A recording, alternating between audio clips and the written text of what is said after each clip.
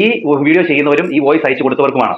അവരാണ് ഈ പറയുന്ന ബിഷപ്പിന്റെ കയ്യിൽ നിന്ന് വോയിസ് മേടിച്ചെടുക്കുന്നതും ഞാൻ ചെയ്തിട്ടെ മറ്റുള്ളവർ ചെയ്യാവൂ എന്ന രീതിയിൽ അതിനെ വെച്ച് കാശുണ്ടാക്കി വരും.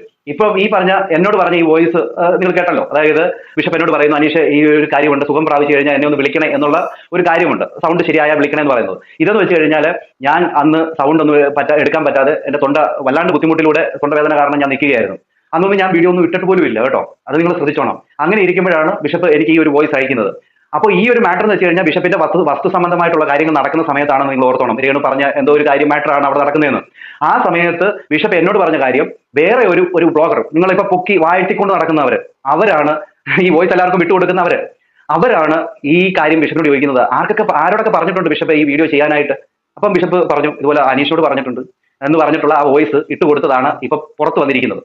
ഓക്കെ, അവർ പുറത്തിട്ടിട്ട് അവർ എന്നെ നെഗറ്റീവ് ആക്കിക്കോട്ടെ. പക്ഷേ ഇതിന്റെ പിന്നിൽ പല കളികളുണ്ട് മക്കളെ. നല്ലവണ്ണം നിൽക്കുമ്പോൾ അവരോട് സംസാരിച്ച കാര്യങ്ങളൊക്കെ എടുത്ത് പബ്ലിക്കിലിട്ട് ജനങ്ങളോട് പറയുന്ന കാര്യങ്ങൾ നല്ലതാണോ എന്ന് ബുദ്ധിയുള്ള പ്രേക്ഷകരൊന്ന് മനസ്സിലാക്കിയാൽ മതി. ഇവിടെ രേണുവും ബിഷപ്പിനെതിരെ പല കാര്യങ്ങൾ പറഞ്ഞിട്ടുണ്ട്, ബിഷപ്പും രേണുവിനെതിരെ പല കാര്യങ്ങളും പറഞ്ഞിട്ടുണ്ട്. ഓക്കെ, അവർക്കില്ലാത്ത പ്രോബ്ലം നിങ്ങൾക്ക് എന്താണെന്ന് എനിക്ക് മനസ്സിലാവുന്നില്ല. പിന്നെ ഇപ്പൊ നല്ലവിള ചമയാൻ നടക്കുന്ന ഈ പ്രത്യേകതരം ബ്ലോഗർ, അവരുടെ ഈ സാഹചര്യത്തിൽ അവരുടെ സ്വന്തം ചാനലിൽ കൂടെ പറയാൻ പറ്റാത്തത് കൊണ്ട് തന്നെ മറ്റുള്ളവരെ കൊണ്ട് പറയിക്കുന്നു എന്നുള്ളതാണ് ഇതിന്റെ അകത്തെ ഒരു സത്യം. പിന്നെ പലരും എടുത്തിട്ട് അത് എന്നെ വെച്ചുകൊണ്ട് കോട്ട് ചെയ്തിടുന്നതിന്റെ കാരണം എന്ന് വെച്ച് കഴിഞ്ഞാൽ ഇതാണ്, എനിക്കും ബിഷപ്പിനും ഇപ്പൊ നെഗറ്റീവ് തരിക, അതാണ് ഇവരുടെ ഒരു മെയിൻ അജണ്ട. എന്തായാലും സ്നേഹിക്കുന്ന പ്രേക്ഷകർക്ക്, സത്യമറിയാവുന്ന പ്രേക്ഷകർക്ക് ഇത് മനസ്സിലാവും. അത് ഒരാളെങ്കിൽ ഒരാൾ അവർ മനസ്സിലാക്കാൻ വേണ്ടിയാണ് ഞാൻ ഈ വീഡിയോ ഇടുന്നത്. ഞാൻ നിലപാടില്ലാത്തവനാണെന്നോ ഞാൻ എന്തോ ഒരു പാതകം ചെയ്തു എന്ന് നിങ്ങൾ പറയുന്നുണ്ടെങ്കിൽ ഞാൻ ഒരിക്കലും അങ്ങനത്തെ ഒരു കാര്യം ചെയ്തിട്ടില്ല. ഇവിടെ ബിഷപ്പ് എന്നോട് അന്ന് വീഡിയോ ചെയ്യാൻ പറഞ്ഞതുപോലെ തന്നെ ഇവിടെയുള്ള എന്താ പറയുക, ഈ യൂട്യൂബിൽ വീഡിയോ ഇടുന്ന, റിയാക്ഷൻ വീഡിയോ ചെയ്യുന്ന എല്ലാ പ്രമുഖരായിട്ടുള്ള യൂട്യൂബർമാരോടും കാര്യങ്ങൾ പറഞ്ഞിട്ടുണ്ട്. അങ്ങനെയാണെങ്കിൽ അവരെല്ലാം എടുത്ത് ഈ കാര്യങ്ങൾ എടുത്ത് പറയണമല്ലോ. എല്ലാവരോടും പറഞ്ഞിട്ടുണ്ട്. എല്ലാവരും കണ്ടന്റിന് വേണ്ടിയും അല്ലെങ്കിൽ ബിഷപ്പ് എന്തെങ്കിലും പറയുന്നത് കേട്ടിരിക്കാനും അല്ലെങ്കിൽ അത് വീഡിയോയിലൂടെ പറയാനും വേണ്ടി കാത്തിരുന്നവരാണ് എല്ലാവരും. അത് സത്യം തന്നെയാണ്. അത് ഞാൻ കഴിഞ്ഞ വീഡിയോയിലും പറഞ്ഞു, അത് സത്യമാണ്. അന്ന് അദ്ദേഹം പറഞ്ഞ പല കാര്യങ്ങളും ഇന്ന്. നമസ്കാരം കൂട്ടുകാരെ. കുറച്ച് ദിവസമായിട്ട് നമ്മുടെ സോഷ്യൽ മീഡിയയിൽ ഒരു ചർച്ചയാണല്ലോ രേണു സുധി. കാരണം ഇപ്പൊ ആളുകൾക്ക് അത് മടുത്തു കഴിഞ്ഞിരിക്കുന്നത്. എപ്പോ FB തുറന്നാലും അല്ലെങ്കിൽ ഫേസ്ബുക്ക് തുറന്നാലും യൂട്യൂബ് തുറന്നാൽ പോലും രേണു സുധി എന്ന പേര് കണ്ട് ആളുകൾ മടുത്തുപോയി. കാരണം നമുക്ക് കമന്റ് ബോക്സുകൾ കാണുമ്പോൾ അല്ലെങ്കിൽ നമ്മൾ ചെയ്യുന്ന വീഡിയോക്ക് താഴെ വരുന്ന കമന്റ് ബോക്സുകൾ കാണുമ്പോൾ തന്നെ നമുക്ക് മനസ്സിലാവുന്നത് എത്രത്തോളം ആളുകളിലേക്ക് രേണു സുധി എന്ന പേര് കുറെ പേർക്ക് അങ്ങ് വെറുത്തുപോയി എന്ന് വേണം പറയാം. പലരും ഇരുന്ന് ആ കമന്റിലൂടെ തന്നെ പ്രാകുന്നതൊക്കെ നമ്മൾ കണ്ടു. ആ കമന്റ് ബോക്സിൽ നെഗറ്റിവിറ്റി ഒക്കെ ഇടുന്നത് ശരിക്കും അതൊക്കെ കാണുമ്പോൾ ഭയങ്കര സങ്കടം തോന്നാറുണ്ട് കേട്ടോ. അപ്പൊ സോഷ്യൽ മീഡിയയിൽ നമ്മൾ കാണുന്ന ചില കാര്യങ്ങള്, അത് വിശേഷിച്ചും ഈ ഒരു രേണു സുധിയുമായി ബന്ധപ്പെട്ട് അവരുടെ അവസ്ഥ നമ്മൾ കണ്ടല്ലോ. കഴിഞ്ഞ ദിവസം രേണു ഒരു വീഡിയോ ചെയ്തത് ശരീരത്തിന് ഭയങ്കര അസ്വസ്ഥത, ക്ഷീണവും ഛർദിലും ഒക്കെ ആയിരുന്നു, വേദനകളും എല്ലാം ആയിരുന്നു. ഇപ്പം നിങ്ങളുടെ പ്രാർത്ഥന കൊണ്ടും സ്നേഹം കൊണ്ടും എന്തായാലും കുറച്ച് കുറവുണ്ട്. എനിക്ക് വേണ്ടി ഒരുപാട് പേര് പ്രാർത്ഥിക്കുന്നുണ്ടെന്നും നേർച്ച കഴിക്കുന്നുണ്ടെന്നും വഴിപാട് കഴിക്കുന്നുണ്ടെന്നും ഒക്കെ എനിക്കറിയാം. അപ്പൊ അവർക്കൊക്കെ എന്ത് രീതിയിലാണ് നന്ദി പറയേണ്ടതെന്ന് എനിക്കറിയില്ല. ഇനിയിപ്പോ എനിക്ക് 4 കീമോയും കൂടെ ഉണ്ട്. ആ 4 കീമോയും കഴിഞ്ഞ് ഞാൻ മടങ്ങി വരുമെന്നാണ് എന്റെ വിശ്വാസം. അപ്പോൾ നിങ്ങളുടെ പ്രാർത്ഥന വേണം. അതുപോലെ 4 കീമോ കഴിഞ്ഞ് ഓപ്പറേഷൻ ഉണ്ട്. എല്ലാരും പ്രാർത്ഥിക്കണം. ഞാൻ ഇവിടെ കിടന്നുകൊണ്ട് ഞാൻ ആലോചിച്ചായിരുന്നു, പലപ്പോഴും ഞാൻ പ്രാർത്ഥിക്കുമ്പോൾ, കുഞ്ഞിലെ തൊട്ടേ പ്രാർത്ഥിക്കുമ്പോൾ ഞാൻ എപ്പോഴും പ്രാർത്ഥിക്കുമായിരുന്നു, ദൈവമേ ഞങ്ങളുടെ ആരുടെ ശരീരത്തിനകത്തോ ശരീരത്തിന് പുറത്തോ ഒരു മാരക അസുഖമൊന്നും ഉണ്ടാകരുത് എന്ന് എന്നും പ്രാർത്ഥിക്കുമായിരുന്നു. പക്ഷെ അങ്ങനെ പ്രാർത്ഥിച്ചിട്ട് എനിക്ക് എന്താണ് ഇത് വന്നെന്ന് ഞാൻ ദൈവത്തോട് ചോദിച്ചായിരുന്നു. എന്നും പ്രാർത്ഥിച്ചിട്ട് എനിക്ക് മാത്രം ഇങ്ങനെ വന്നല്ലോ, അല്ലെ ഞാൻ എന്നും പ്രാർത്ഥിക്കുന്നത് ഇത് മുൻകൂട്ടി അല്ലെങ്കിൽ ഇങ്ങനെ തന്നെ വ്യക്തമായിട്ടാണ് ഞാൻ പ്രാർത്ഥിക്കുന്നത്. എന്ന് പ്രാർത്ഥിച്ചാലും ഞാൻ പ്രാർത്ഥിക്കുന്ന ഒരു വിഷയമാണ് നമ്മുടെ ശരീരത്തിനകത്തും നമ്മുടെ ശരീരത്തിന് പുറത്തും മാരക അസുഖമൊന്നും വരല്ലേന്ന് എന്നും പ്രാർത്ഥിക്കുന്ന, വരി തെറ്റാതെ പ്രാർത്ഥിക്കുന്ന ഒരു വ്യക്തിക്ക് എന്ന നിലയ്ക്ക് എനിക്ക് പിന്നെ എന്തുകൊണ്ടാണ് ഈ മാരക അസുഖം വന്നത് ഞാൻ ചിന്തിച്ച കാര്യമാണ്. ഞാൻ ഈ കിടന്നുകൊണ്ട് ഞാൻ ആലോചിച്ച കാര്യമാണ്. അപ്പൊ അവിടെ നിന്നൊക്കെ ദൈവം എനിക്ക് മറുപടി തന്നത്, ഇങ്ങനെ ഒരു അസുഖം വന്നത് കൊണ്ട് നാളെ നിനക്ക് പറയാൻ പറ്റും ഇങ്ങനെ ഒരു അസുഖത്തിൽ നിന്ന് ദൈവം വിടുവിച്ചു. ഇപ്പം ഒരുപാട് പേരുടെ സ്നേഹവും ഒരുപാട് പേരുടെ പ്രാർത്ഥന സത്യമാണെന്ന് തെളിയിക്കാൻ പറ്റുമെന്ന് എനിക്ക് അങ്ങനെ ചിന്തിച്ച് ദൈവം എനിക്ക് അങ്ങനെ ഒരു മറുപടി തന്നു. കാരണം ഞാൻ തിരിച്ചു വരുമെന്നാണ് എന്റെ ഉറച്ച വിശ്വാസം. പക്ഷെ പലപ്പോഴും ഈ കിടക്കുമ്പോഴത്തേന് നമ്മൾ പണ്ടത്തെ കാര്യങ്ങൾ, ഞാൻ സഞ്ചരിച്ച വഴികളും അല്ലെങ്കിൽ ഞാൻ ഓടി നടന്നൊരു വ്യക്തിയാണ്, നിങ്ങൾക്കൊക്കെ അറിയാം. സോഷ്യൽ മീഡിയ ആണെങ്കിലും ഇപ്പൊ ഏത് തലത്തിലാണെങ്കിലും ഞാൻ ഒരു 1.5 വർഷക്കാലം സുധിച്ചേട്ടന്റെ മരണശേഷം പെട്ടെന്നൊരു കയറ്റവും പെട്ടെന്ന് ഓടി നടന്ന് എവിടെയൊക്കെ പരിപാടിയുണ്ടോ അവിടെ എല്ലാം പരിപാടിയായിട്ട് നടക്കുകയും വളരെ ഹാപ്പി ആയിട്ട് സന്തോഷമായിട്ടും ഓടി നടക്കുകയൊക്കെ ചെയ്തപ്പോൾ ചിലരത് എന്താ പറയാ അലോസരപ്പെടുത്തിയ ഒരു കാര്യം തന്നെയാണ്. അവരൊക്കെ എനിക്കെതിരായിട്ട് നിൽക്കുകയൊക്കെ ചെയ്തിട്ടുണ്ടായിരുന്നു. പക്ഷെ എങ്കിൽ പോലും കുറെ നല്ല ആളുകളും എന്റെ ഫാമിലി ആണേലും എന്റെ ബന്ധുക്കളാണേലും എല്ലാരും എന്റെ കൂടെ നിന്ന്. അപ്പൊ ആ ഒരു ഞാൻ ചിന്തിച്ചത് വേറൊന്നുമില്ല. ഇങ്ങനെ ഓടി നടന്നിട്ട് പെട്ടെന്ന് നമ്മളിങ്ങനെ ഒരു അവസ്ഥയെ വരും. ശരിക്കും ഒരു മനുഷ്യൻ എന്ന നിലയിൽ സത്യം പറഞ്ഞാൽ എനിക്ക് പല കാര്യങ്ങൾ കാണുമ്പോൾ ലജ്ജ തോന്നുന്നുണ്ട് കേട്ടോ. രേണുവിനെ കുറിച്ച് നമ്മൾ മുൻപ് ഒരുപാട് കാര്യങ്ങൾ സംസാരിച്ചിട്ടുണ്ട്. പണ്ട് കാണിച്ച പ്രവർത്തികൾക്ക് നമ്മൾ ഒരുപാട് റിയാക്ട് ചെയ്തിട്ടുണ്ട്, അല്ലെ വിമർശിച്ചിട്ടുണ്ട്. അന്ന് അവരുടെ ആ പല നിലപാടുകളൊന്നും നമ്മളെ പോലുള്ള സമൂഹത്തിന് അത് അംഗീകരിക്കാൻ പറ്റുന്നില്ല. കാരണം അവരുടെ ആ ടൈമിലുള്ള കുറെ തെറ്റായ ചിന്താഗതികൾ, അത് സമൂഹത്തിന് തെറ്റായിട്ടുള്ള സന്ദേശങ്ങളാണ് നൽകിയിരുന്നത്. അതുകൊണ്ട് തന്നെ ഞാൻ ഉൾപ്പെടെ പല റിയാക്ഷൻ വീഡിയോ ചെയ്യുന്ന ആൾക്കാരും ശക്തമായിട്ട് തന്നെ എതിർത്തിരുന്ന ഒരു കാലമുണ്ടായിരുന്നു രേണു സുധി എന്ന വ്യക്തിക്കെതിരെ. കൂട്ടുകാരെ, ഇന്നും അതിൽ ഒരു മാറ്റവുമല്ല. ഇന്നും ആ പ്രവൃത്തികളിൽ ഞാൻ വിമർശിക്കുന്നുണ്ട്. അത് രേണു അന്ന് ചെയ്തത് ശരിയാണെന്ന് ഞാൻ ഒരിടത്തും ഇനിയും പറയത്തില്ല. അന്ന് രേണു ചെയ്തതെല്ലാം തെറ്റ് തന്നെയാണ്. അത്രത്തോളം അഹങ്കരിച്ച് നടന്ന ഒരു കാലം. പക്ഷേ ഇന്നത്തെ സാഹചര്യം അങ്ങനെയാണോ കൂട്ടുകാരെ? അല്ല, സാഹചര്യം മാറി. ഇന്ന് നമ്മൾ സംസാരിക്കുന്നതും ഒരു മനുഷ്യന്റെ അവസാനത്തെ പിടിവള്ളികളെ കുറിച്ചാണ് കേട്ടോ. കഴിഞ്ഞ ദിവസത്തെ രേണുവിന്റെ വീഡിയോ കണ്ടപ്പോൾ ഒന്ന് ആലോചിച്ച് നോക്കി അവരുടെ അവസ്ഥ എന്താണ്. രണ്ടാമത്തെ കീമോ കഴിഞ്ഞ് 5 ദിവസം ഐസിയുല് മരണത്തോട് മല്ലടിച്ച് വന്ന ഒരു പെൺകുട്ടി. ഇപ്പൊ അവരുടെ വെയിറ്റ് ലോസ് എന്ന് പറയുന്നത് വളരെ കുറവാണ്. 30-ന് താഴെയായി അവരുടെ വെയിറ്റ് എന്ന് പറയുന്നത്. കീമോ, അതായത് നമുക്കറിയാലോ, ഒരു 30 കിലോയ്ക്ക് താഴെ എന്ന് പറയുമ്പോൾ ഒരാളുടെ ശരീരം ഏത് രീതിയിലായിരിക്കും എന്നുള്ളതും. എന്തായാലും സ്വന്തം കുഞ്ഞിന്റെ മുഖത്ത് പോലും നോക്കാൻ പറ്റാത്ത ഒരു അവസ്ഥയിലാണ് പുള്ളിക്കാരി ഉള്ളത്. എല്ലും തോലും ആവുന്ന ഒരു അവസ്ഥയില്ലേ, അത് തന്നെ. ശരിക്കും വളരെ വേദനയോടുകൂടിയാണ് ഇപ്പോഴത്തെ ആ ഒരവസ്ഥ കടന്നു പോകുന്നത്. എന്നിട്ടും ആ വേദനയ്ക്ക് മുകളിൽ കല്ലെറിയാൻ ചിലർ എങ്ങനെ കഴിയുന്നു എന്നാണ് ഞാൻ ആലോചിക്കുന്നത്. ഈ ഒരു വീഡിയോ ഇട്ടതിന് പിന്നാലെ തന്നെ പല രീതിയിലുള്ള വീഡിയോസ് പുറത്തു വന്നു കഴിഞ്ഞു കേട്ടോ. അതിനെയും വെച്ച് കണ്ടന്റ് ഉണ്ടാക്കുന്ന കുറെ കണ്ടന്റ് രാജാക്കന്മാരും രാജാത്തികളും.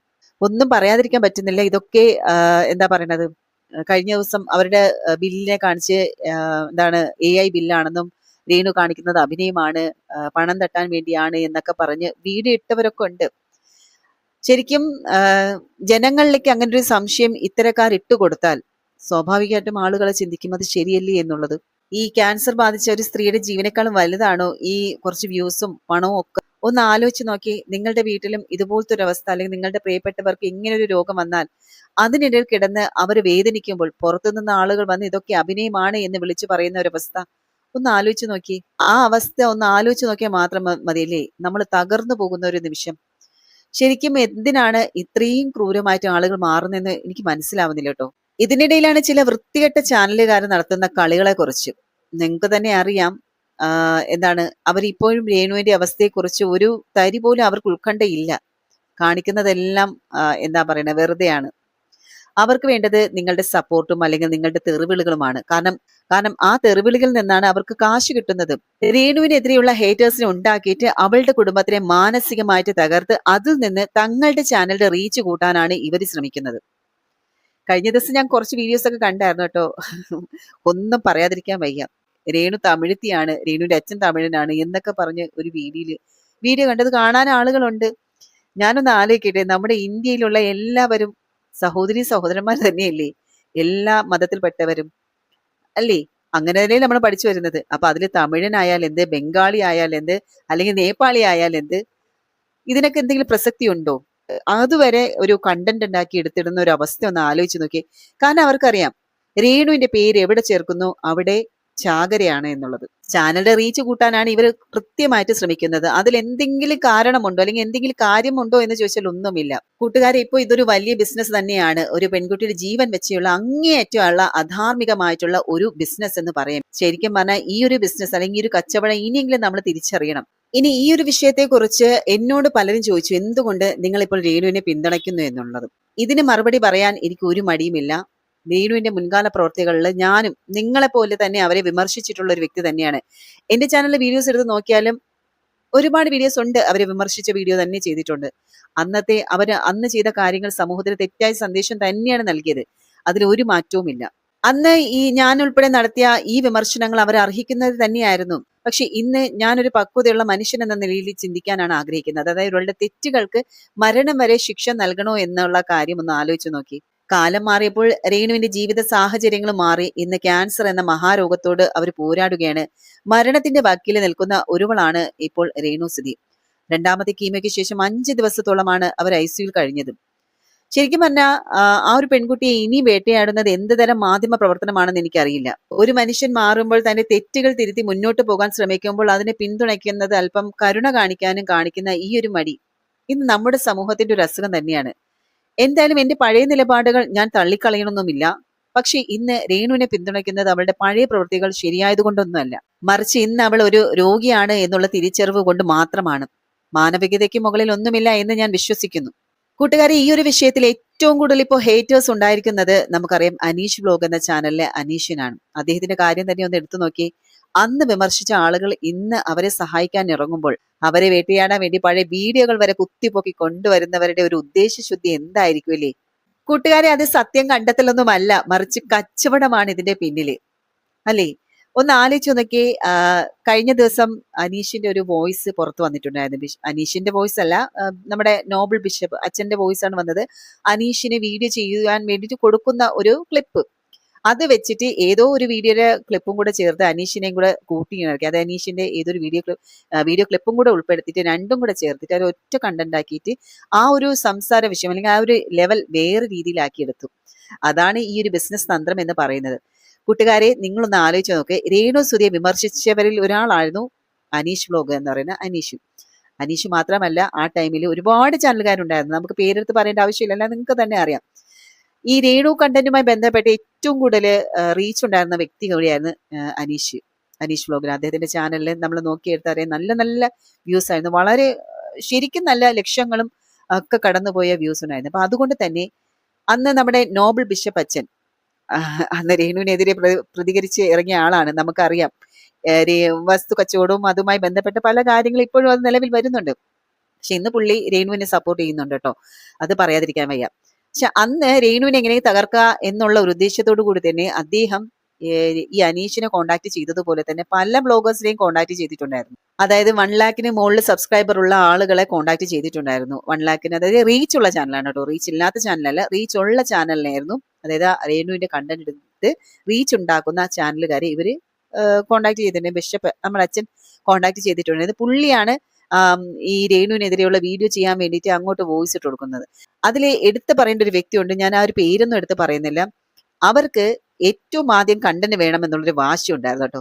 അതുകൊണ്ട് തന്നെ ആർക്കൊക്കെ എന്തൊക്കെ വോയിസ് കൊടുത്തു എന്നുള്ള കാര്യമൊക്കെ ചോദിച്ചു എല്ലാം കൃത്യമായിട്ട് മനസ്സിലാക്കിയിട്ട് എല്ലാവരുടെ വോയിസും തന്റെ കൈപ്പിടിയിൽ ഒതുക്കിയെടുത്തിട്ട് ഇപ്പൊ സമയമായപ്പോ എടുത്ത് പുറത്തുവിട്ട ആൾക്കാരുണ്ട്. ഞാൻ പറയുന്നില്ല. എന്തായാലും ഈ ഒരു സമയത്ത് ഇപ്പം രേണു ആണ് കണ്ടന്റ്, രേണുവിനെ വെച്ച് തന്നെയാണ് ചെയ്യുന്നത്. പിന്നെ കൂടുതൽ എടുത്ത് ചെയ്താൽ അത് മനുഷ്യത്വരഹിതമാണ് എന്ന് ആലോചിച്ച് തന്നെയാണ് ഇപ്പം ഈ രേണുവിനെ സപ്പോർട്ട് ചെയ്ത അനീഷിനെ എതിരെ ആയിട്ട് ഇപ്പൊ പലരും വീഡിയോ ചെയ്യുന്നത്. ആ ഒരു വോയിസ് ക്ലിപ്പിൽ എനിക്ക് തെറ്റായിട്ടൊന്നും തോന്നില്ല. അതിലെന്താണ് അച്ഛൻ പറഞ്ഞ, അനീഷെ ഒരു വീഡിയോ ചെയ്യണം കേട്ടോ, അത് ഇതാണ് എന്നുള്ള രീതിയിൽ കൊടുത്തിട്ടുണ്ട്. ആ സമയത്ത് പുള്ളി ചെയ്തിട്ടുമുണ്ട്. ഇതുപോലെ തന്നെ ഇപ്പൊ വേറൊരാൾക്ക് കൊടുത്താലും അയാളും ചെയ്യും. ഇപ്പൊ എന്റെ തന്നാലും ഞാനും ചെയ്യും. കാരണം നമുക്ക് അപ്പം ആവശ്യം എന്താണ്? റീച്ച്. മറ്റുള്ള ചാനലുകാർക്ക് മുന്നേ കിട്ടുന്ന ഒരു കണ്ടന്റ് നമുക്ക് കിട്ടുമ്പോൾ നമ്മൾ അത് വെച്ച് ഒരു റീച്ച് ഉണ്ടാക്കാൻ തന്നെയാണ് ശ്രമിക്കുന്നത്, അല്ലേ? ഏറ്റവും ആദ്യം ഹോട്ട് കണ്ടന്റ് നമ്മളുടെ വരുമ്പോൾ നമ്മുടെ ചാനൽ സ്വാഭാവികമായിട്ട് റീച്ച് വരുമല്ലോ. അപ്പൊ അത് തന്നെയാണ് പുള്ളിയും ചെയ്തത്. ആ ഒരു ഒരു ക്ലിപ്പ് അതിൽ അനീഷിന് വോയിസ് ഇല്ല, അത് എനിക്കൊന്നും വാട്സാപ്പ് എന്തോ മെസ്സേജ് അയച്ചതായിരിക്കാം, അല്ലെങ്കിൽ ഇൻസ്റ്റാഗ്രാമിലൂടെ മെസ്സേജ് അയച്ചതായിരിക്കാം.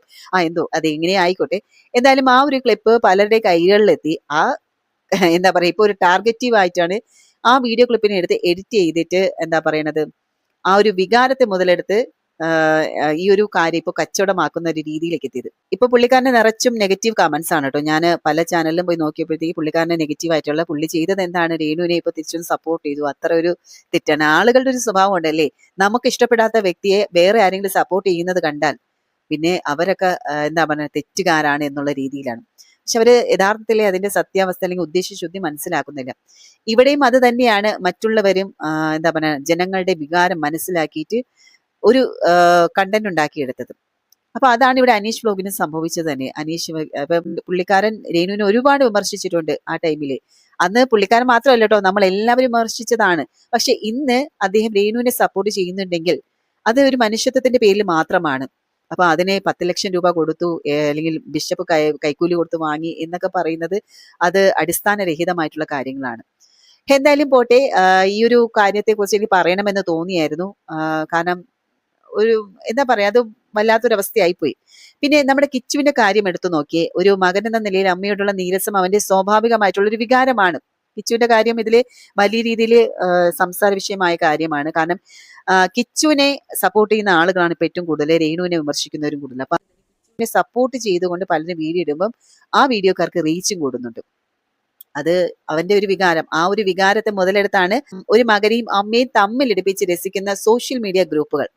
എന്തായാലും നിങ്ങൾക്ക് കുടുംബമില്ലേ എന്നേ എനിക്ക് ചോദിക്കാനുള്ളൂ. ഇവരെല്ലാം കൂടി രേണുവിനെ ക്രൂശിക്കുന്ന കണ്ടു നിൽക്കുമ്പോൾ ഞാൻ എന്തിനാണ് ഇങ്ങനെ മൗനം പാലിക്കുന്നതെന്നാണ് ഞാൻ ആലോചിക്കുന്നത്. കാരണം ഞാനും പണ്ട് ഭാഗമായിരുന്ന ആ ഒരു വലിയ കൂട്ടത്തിൽ നിന്ന് ഞാൻ വേർപിരിക്കുകയാണ്. ഈ ഒരു ക്രൂരതയിൽ എനിക്ക് പങ്കാളിയാകാൻ ഒട്ടും കഴിയില്ല കേട്ടോ. ശരിക്കും ഈ ചാനലുകാർ പറയുന്നത് ഇവൾ ഇത്രയും നാൾ അഭിനയിച്ചതല്ലേ എന്നൊക്കെയാണ്. ഞാൻ നിങ്ങളോടൊന്ന് ചോദിക്കട്ടെ, കീമോതെറാപ്പി ചെയ്ത് ശരീരം 30 കിലോയിലേക്ക് താഴുമെന്ന് നിങ്ങൾ കരുതുന്നുണ്ടോ? അതുപോലെ തന്നെ ക്യാൻസറിനെ ആർക്കെങ്കിലും അഭിനയിക്കാൻ കഴിയുമോ? ICUയിൽ കിടക്കുന്നതിന് ആരെങ്കിലും കളിയാക്കുമോ? ഇതൊക്കെ ചോദിക്കുന്നവർക്ക് യഥാർത്ഥത്തിൽ മനുഷ്യത്വം ഉണ്ടോ എന്ന് എനിക്ക് സംശയമുണ്ട് കേട്ടോ. പിന്നെ അനീഷ് ലോക്, കിച്ചു ഇവരൊക്കെ എന്തുകൊണ്ട് മാറി ചിന്തിച്ചു എന്ന് ചോദിക്കുന്നവർ സത്യത്തെ നിങ്ങൾ ചോദിക്കേണ്ട മറ്റൊരു ചോദ്യമാണ്, മാറാൻ തയ്യാറല്ലാത്തവർ എന്തുകൊണ്ട് ഇത്രയും ക്രൂരന്മാരായി തുടരുന്നു എന്നാണ്.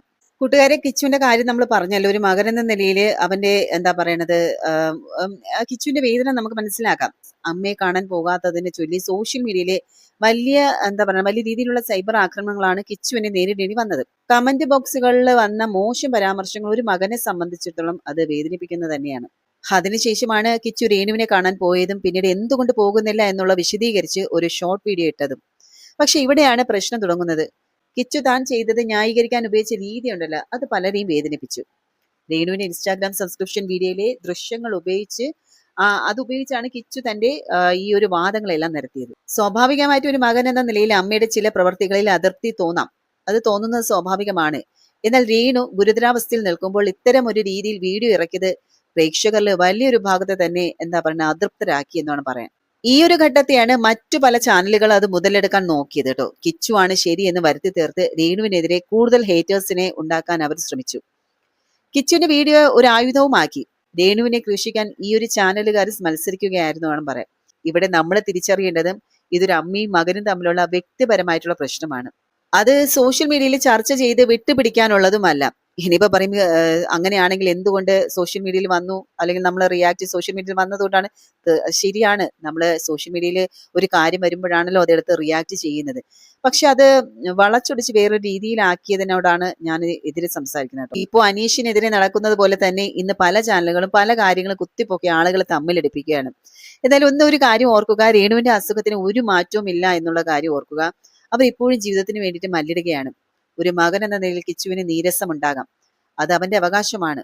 എന്നാൽ ആ ഒരു നീരസത്തെ മുതലെടുത്ത് ഒരു രോഗിയായ സ്ത്രീയെ വീണ്ടും മാനസികമായിട്ട് തകർക്കുന്ന ഒരു സോഷ്യൽ മീഡിയ സംസ്കാരമുണ്ടല്ലോ, അത് ഇനിയെങ്കിലും അവസാനിപ്പിക്കണം. അപ്പൊ കൂട്ടുകാരെ, ഒരു അമ്മയും മകനും തമ്മിലുള്ള അവരുടെ വ്യക്തിപരമായിട്ടുള്ള വിഷയമായിട്ട് അതിനെ വിടുക. അതിലേക്ക് കൂടുതൽ ആളുകൾ കയറി അഭിപ്രായം പറഞ്ഞ് അത് കൂടുതൽ വഷളാക്കാതിരിക്കാനും ശ്രമിക്കാം. രേണുവിന്റെയും കിച്ചുവിന്റെയും കുടുംബാംഗങ്ങളുടെയൊക്കെ പ്രയാസങ്ങൾ നമ്മൾ കൂടി വലുതാക്കരുത്. ദയവ് ചെയ്ത് ഇത്തരം വിവാദങ്ങൾ പടർത്തി വ്യൂസ് ഉണ്ടാക്കുന്ന പരിപാടി ഇനിയെങ്കിലും ഒന്ന് നിർത്തുക. എന്തായാലും നിങ്ങളുടെ അഭിപ്രായങ്ങൾ എന്താണെന്ന് വെച്ചാൽ തീർച്ചയായിട്ടും കമന്റ് ബോക്സിൽ രേഖപ്പെടുത്തുക. ഞാൻ ആർക്കെതിരെയും സംസാരിച്ചതുമല്ല. ഞാനൊരു ഫാക്ച്വൽ ആയിട്ടുള്ള ഒരു കാര്യം പറഞ്ഞതേ ഉള്ളൂ. കാരണം ഈ ഒരു അവസ്ഥയിൽ രേണുവിന് നമ്മുടെ സപ്പോർട്ട് ആവശ്യമാണ്. ആ ഒരു രോഗം അറിയാലോ നമുക്ക്, ആ ഒരു രോഗത്തിന്റെ ഒരു തീവ്രത എത്രത്തോളമാണെന്ന്. അത് രേണുവിന് വളരെ കടുത്തുപോയി ആ ഒരു രോഗാവസ്ഥ. ഡോക്ടർമാരും പല കാര്യങ്ങളും പറയുന്നുണ്ട്. അതിനെക്കുറിച്ചൊന്നും ഞാൻ പറയുന്നില്ല, അതൊക്കെ അവരുടെ ചാനൽ അവർ തന്നെ പറയും.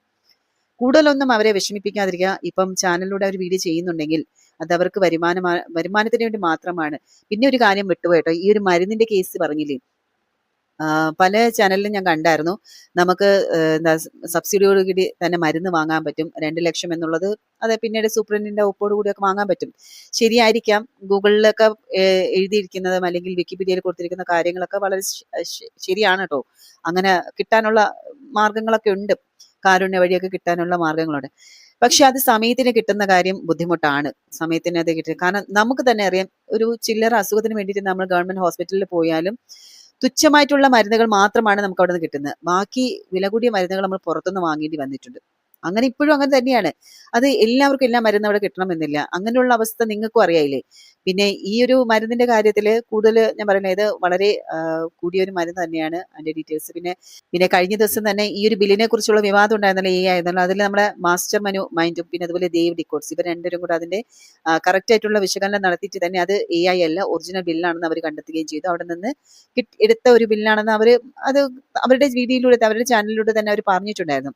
ശരിക്കും അതൊക്കെ രേണുവിന് വളരെ നല്ലൊരു കാര്യമാണ്. സപ്പോർട്ടീവ് അങ്ങനെ സപ്പോർട്ട് ചെയ്ത് ആ ഒരു കാര്യങ്ങളുടെ ഒരു ക്ലാരിറ്റി കണ്ടെത്തിയത് വളരെ നല്ല കാര്യമാണ്. അല്ലെങ്കിൽ ജനങ്ങൾക്ക് അത് ഭയങ്കര തെറ്റായിട്ടുള്ള ഒരു ഇതുണ്ടാവുമായിരുന്നു അല്ലേ. കാരണം ഒരു ലൈസൻസ് ഡേറ്റും പിന്നെ എന്താ പറയാ എല്ലാം കൂടെ കാര്യം അതിനെ വളച്ചൊടിച്ച് വേറൊരു രീതിയിലാക്കാനും പലരും ശ്രമിച്ചതാണ്. പക്ഷെ അതിനൊരു ക്ലാരിറ്റി കൊടുത്തത് നന്നായി. എന്തായാലും ആ ഒരു ബില്ലിന്റെ ക്ലാരിറ്റി ഇപ്പം വന്നിട്ടുണ്ട്. അപ്പൊ അതൊക്കെ കൊണ്ട് നല്ലൊരു കാര്യങ്ങൾ തന്നെയാണ്. അപ്പം തീർച്ചയായിട്ടും നിങ്ങൾ രേണുവിനെ സപ്പോർട്ട് ചെയ്യുക, അവർക്ക് വേണ്ടി പ്രാർത്ഥിക്കുക. കാരണം പല തെറ്റുകളും പുള്ളിക്കാരി ചെയ്തിട്ടുണ്ട്. നമ്മൾ ഉൾപ്പെടെ അവരെ വിമർശിച്ചതാണ്. എല്ലാവരുടെ ചാനലിലും എല്ലാവരുടെ വീഡിയോസിലും രേണുവിനെ വിമർശിച്ച വീഡിയോസ് ഉണ്ടാവും, രേണുവിനെ സപ്പോർട്ട് ചെയ്യുന്ന വീഡിയോസും ഉണ്ടാകും. ഇനി പഴയ കാര്യങ്ങളൊന്നും കുത്തിപ്പൊക്കാതെ ആ പാവം കൊച്ചങ്ങ് ജീവിച്ചെങ്ങനെ പോട്ടെ. അതിന്റെ വരുമാന മാർഗമായിട്ട് അല്ലെങ്കിൽ പൈസയ്ക്ക് വേണ്ടി തന്നെയാണ് അതിപ്പം യൂട്യൂബ് വീഡിയോ ചെയ്യുന്നതും. അപ്പൊ നമ്മളാൽ പറ്റുന്ന രീതിയിൽ ഹെൽപ്പ് ചെയ്യുക. നാളെ ഒരു കാലത്ത് അവർക്ക് എന്തെങ്കിലും സംഭവിച്ചു കഴിഞ്ഞിട്ട് പിന്നെ നമ്മൾ എന്തെങ്കിലും പറഞ്ഞിട്ട് ഒരു കാര്യവും ഇല്ല കേട്ടോ. പഴയ കാര്യങ്ങൾ കുത്തിപ്പൊക്കുക അല്ലെങ്കിൽ ഇങ്ങനെയാണ് അങ്ങനെയാണ് കുറച്ച് എന്തെങ്കിലുമൊക്കെ പറഞ്ഞുകൊണ്ട് വന്നിട്ട് ഒരു കാര്യമില്ല. അപ്പൊ ഇന്ന് നമ്മളെ കൊണ്ട് ചെയ്യാൻ പറ്റുന്ന എന്താണോ അത് ചെയ്യുക. ആ ഒരു വ്യക്തിക്ക് കൂടെ നമ്മൾ സപ്പോർട്ടായിട്ട് നിൽക്കുക. അത് മാത്രമാണ് എനിക്ക് പറയാനുള്ളത് കേട്ടോ. ബാക്കിയൊക്കെ നിങ്ങൾ എന്താ പറയുന്നത്, മറ്റുള്ളവര് നിങ്ങളുടെ തീരുമാനത്തിൽ തന്നെ പോകുക. ആരെങ്കിലും പറയുന്നത് മാത്രം അത് കേൾക്കരുത്. നിങ്ങളുടെ മനസ്സാക്ഷിക്ക് എന്താണ് തോന്നുന്നത് അത് തന്നെ ചെയ്യുക. ഓക്കെ, അപ്പം ഇത്രയും പറഞ്ഞ് ഞാൻ ഈ വീഡിയോ അവസാനിക്കുന്നു. അടുത്തൊരു വീഡിയോയുമായി വീണ്ടും കണ്ടെത്താം.